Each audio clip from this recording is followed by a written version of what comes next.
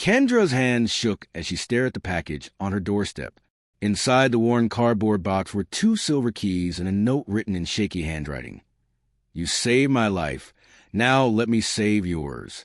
The address is on the back. "Everything is yours now. Thank you for seeing me when nobody else did." No name, no return address, just keys and words that made no sense. Kendra's heart pounded. Who sent this? What did it mean? She flipped the note over and saw an address across town, in the nice neighborhood where she'd never be able to afford rent. But that mystery would have to wait. Right now, she had bigger problems. The eviction notice taped to her apartment door gave her 3 days to pack up and leave. 3 days to figure out where she and her 2 babies would sleep. She clutched the mysterious keys in her fist and whispered a prayer into the cold morning air.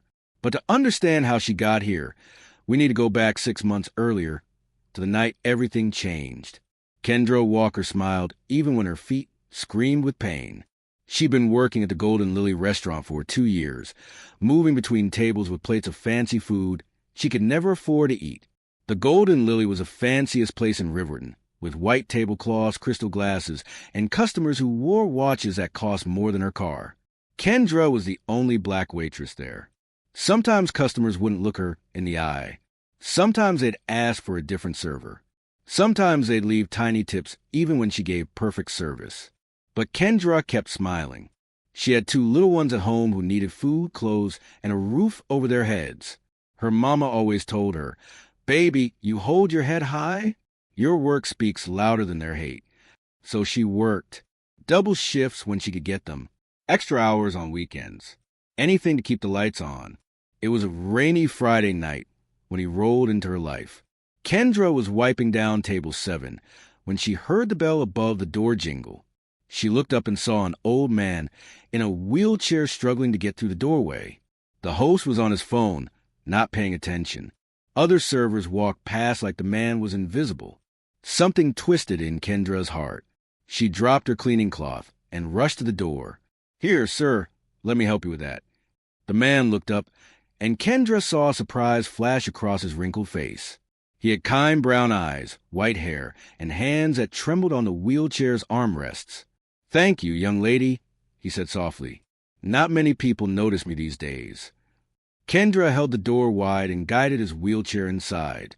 "Well, I see you just fine, sir, and I've got the perfect table for you." She led him to a quiet corner with extra space for his wheelchair. She made sure he could reach everything easily. She brought him water, without him asking. She described each dish on the menu slowly, so he could really think about what he wanted. The man's name was Richard Hughes, and when he smiled, his whole face lit up like sunshine. "You're very kind," Richard said as Kendra brought his soup. "What's your name?" "Kendra, sir." "Kendra Walker." "Well, Miss Kendra, you've got a gift. You make people feel like they matter." Kendra felt warmth spread through her chest. "You do matter, Mr. Richard. Don't let anybody tell you different." That night, Kendra stayed 30 minutes past her shift. She helped Richard finish his meal without rushing him. She helped him back into his wheelchair when he struggled to move from the booth. She walked him all the way to his car in the parking lot, holding an umbrella over his head so the rain wouldn't touch him. "Will you come back?" Kendra asked, surprised at herself with how much she hoped he'd say yes. Richard smiled that sunshine smile again. "Wild horses couldn't keep me away, Miss Kendra." And he kept his promise. Every weekend, like clockwork, Richard rolled through that door. Every weekend. Kendra made sure his table was ready. They'd talk while he ate. He told her stories about his life, about his late wife, Sarah, about the business he used to run before the accident that put him in the wheelchair. Kendra told him about her babies, about her dreams of giving them a better life, about how hard it was sometimes to keep going. "You're stronger than you know," Richard would say, his eyes getting watery. "The world needs more people like you." But Kendra noticed something sad hiding behind Richard's smiles, a loneliness that lived in the spaces between his words. She made it her mission to bring joy into his life, the same way her mama brought joy to everyone she met. Week after week, their friendship grew. Richard became like the father Kendra never had. She looked forward to his visits more than anything else in her hard week. Other servers thought it was weird. "Why do you spend so much time with that old man?" They'd whisper. "He barely tips extra." Kendra didn't care about tips. She cared about Richard. She cared about the way his face lit up when he saw her. She cared about making sure somebody in this world treated him like he mattered. But money problems don't care about feelings. The eviction notice came on a Tuesday. Kendra's hours had been cut. Her car needed repairs she couldn't afford. The bills piled up like snow in winter, and she was drowning. She didn't tell Richard. She didn't want him to worry. She just kept smiling and serving and praying for a miracle. Then everything got worse. The restaurant owner, Mr. Bradley, hired a new manager named Trent Collins. Everyone knew Trent's reputation before he even walked through the door. He was mean. He was harsh. He'd fired people at his last job for tiny mistakes. Trent was tall, with slick back hair and cold eyes that looked at people like they were dirt on his expensive shoes. On his first day, Trent walked through the dining room with his clipboard, checking everything, judging everything. His lips pressed into a thin, tight line. Then he saw Richard. Richard was at his usual table, smiling at Kendra as she brought his coffee. His wheelchair was positioned carefully so it didn't block the walkway. Trent stopped walking. His eyes narrowed. His jaw clenched. Kendra felt ice slide down her spine. She knew that look. She'd seen it before on people's faces when they looked at her skin color and decided she was less than human. Trent was looking at Richard's wheelchair with pure disgust. And in that moment, Kendra knew something terrible was about to happen. Trent marched across the dining room like a soldier going to war. Kendra's stomach twisted into knots. She stepped closer to Richard's table, her body moving before her brain could catch up. "Excuse me," Trent said loudly, stopping right in front of Richard. Several nearby customers turned to look. "Sir, I'm going to need you to leave." Richard's coffee cup froze halfway to his lips. "I'm sorry, what?" "Your wheelchair is blocking the flow of traffic. It's an eyesore. It's making other customers uncomfortable." Trent crossed his arms. "This is a fine dining establishment, not a hospital." The whole restaurant went quiet. Forks stopped moving. Conversations died. Everyone stared. Richard's hands started shaking. His face went pale. "But I'm a paying customer. I come here every week. I haven't done anything wrong. The decision is made. Please leave now, or I'll have someone remove you." Kendra felt fire explode in her chest. She moved directly between Trent and Richard, her eyes blazing. "No." Trent's eyebrows shot up. "What did you just say to me?" "I said no." Kendra's voice was steel wrapped in velvet. "Mr. Richard is a regular customer here. He's kind, he's respectful, and he tips well. There's nothing wrong with his wheelchair, and there's nothing wrong with him being here.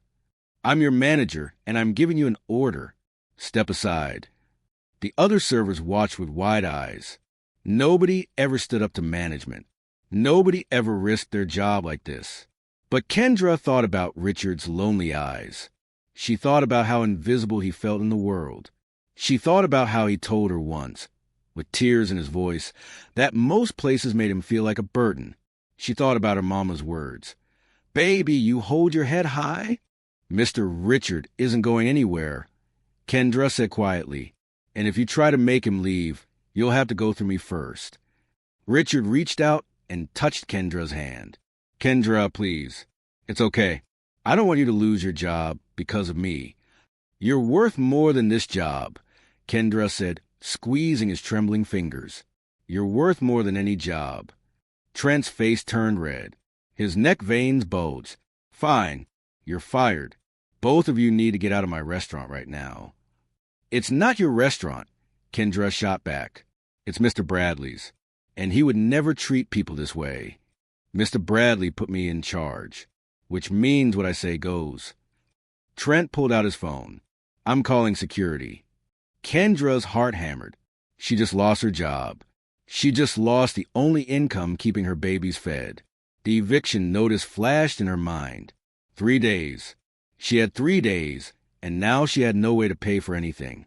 But when she looked down at Richard, saw the tears streaming down his weathered cheeks, saw the humiliation crushing his shoulders, She knew she'd made the right choice. Some things matter more than money. "Come on, Mr. Richard," Kendra said gently. "Let's get you out of here." She helped him gather his things. She pushed his wheelchair toward the door, holding her head high even though her whole world was crumbling. Other customers watched them go. Some looked ashamed. Others looked angry at Trent. But nobody said anything. Nobody stood up. Outside in the parking lot, away from all those watching eyes, Richard broke down completely. "I'm so sorry," he sobbed. "You lost everything because of me. I'm so sorry, Kendra." Kendra knelt beside his wheelchair, rain starting to fall around them. "Don't you dare apologize. You didn't do anything wrong. That man in there, he's what's wrong with this world. People like you, people with good hearts, you're what's right. But your job, your family, we'll figure out." Kendra wiped his tears with her thumb, even though her own tears were falling now. "We always do." She helped Richard into his specially equipped car. She made sure his wheelchair was secured. She stood in the rain and waved as he drove away, his taillights disappearing into the wet night. Then, alone in that parking lot, Kendra fell apart. She sank on the curb, rain soaking through her uniform, and cried like she hadn't cried in years. Great, big sobs that came from the deepest part of her soul. She'd just thrown away her family's survival for a man she barely knew. What was she going to tell her babies? How was she going to feed them? Where would they live in 3 days? "Oh, God," she whispered into the storm. "What did I just do?" But inside the restaurant, something else was happening. Mia Chun, another waitress, had watched the whole thing. And unlike everyone else, Mia had done something. She pulled out her phone and recorded every word, every cruel moment, every second of Trent's heartless behavior. Her hands shook as she watched the video back. This wasn't right. This wasn't who they were supposed to be. Mia knew Mr. Bradley's email. She'd helped him with tech stuff before. Her finger hovered over the send button for a long moment. Then she pressed it. The video flew through the internet, landing in Mr. Bradley's inbox with a subject line that read, "You need to see what your new manager just did." 2 days passed.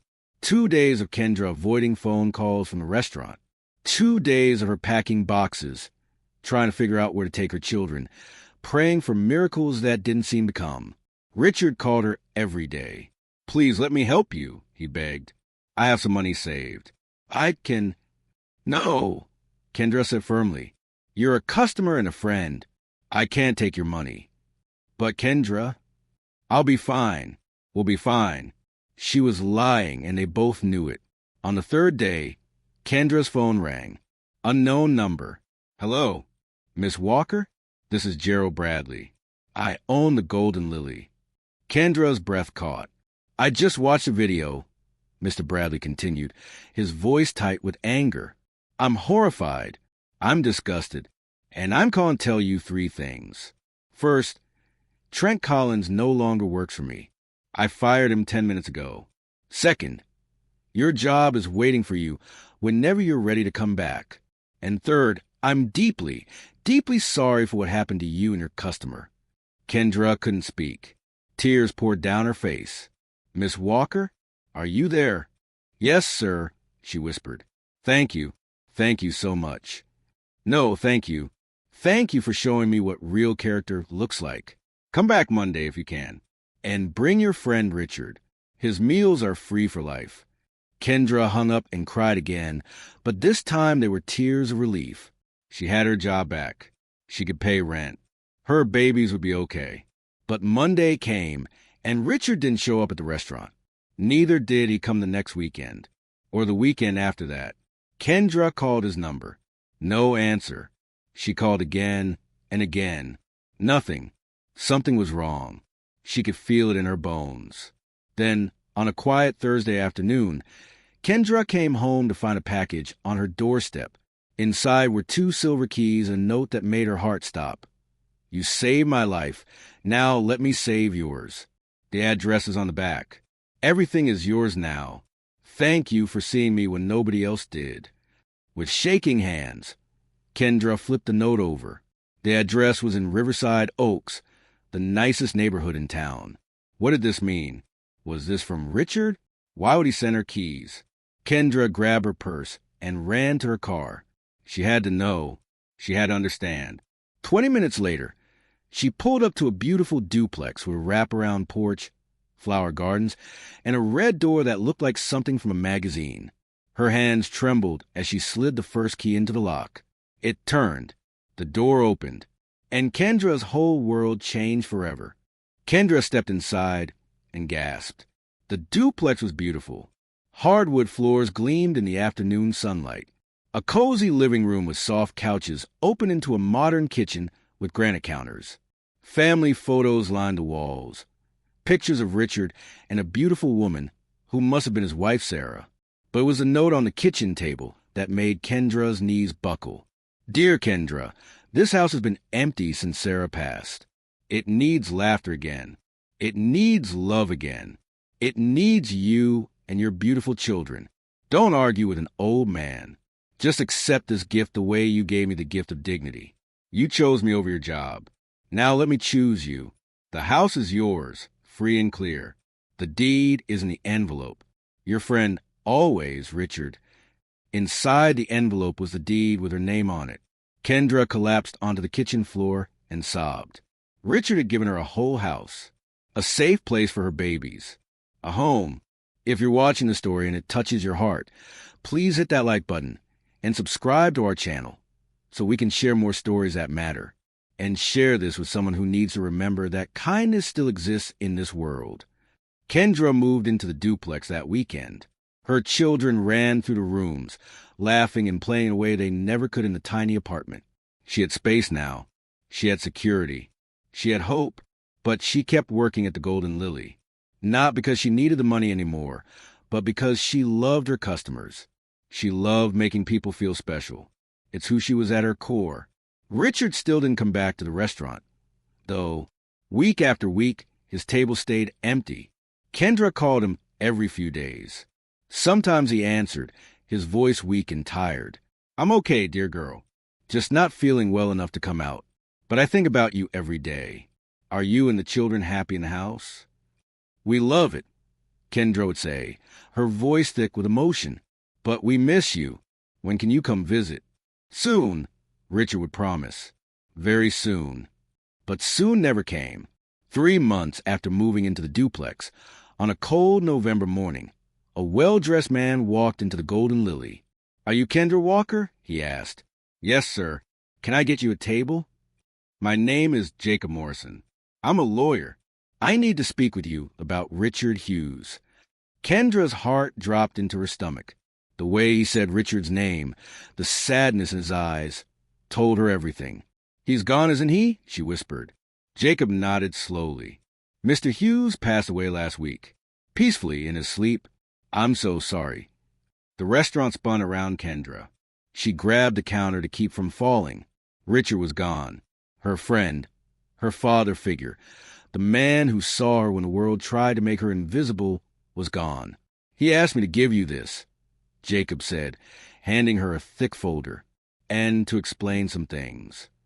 They sat in a quiet corner, and Jacob told her Richard's story. 10 years ago, Richard and his wife Sarah were driving home from their anniversary dinner when a drunk driver slammed into their car. Sarah died instantly. Richard survived, but his spine was crushed. The doctor said he'd never walk again. The physical pain was terrible, Jacob explained, but the emotional pain was worse. Richard developed PTSD. He had nightmares every night.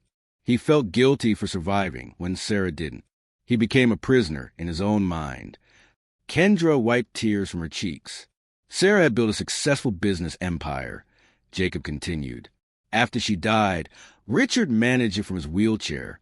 He was very wealthy, Miss Walker, worth millions. But money couldn't heal his broken heart. He was so lonely, so lost. Then he met you, Jacob said, his voice softening. He told me you were the first person in years who made him feel human. Again, you didn't see a wheelchair. You didn't see a burden. You saw him. Kendra thought about that first rainy night, about helping Richard to the door, about all their weekend conversations. 6 months ago, Richard was diagnosed with end-stage liver disease.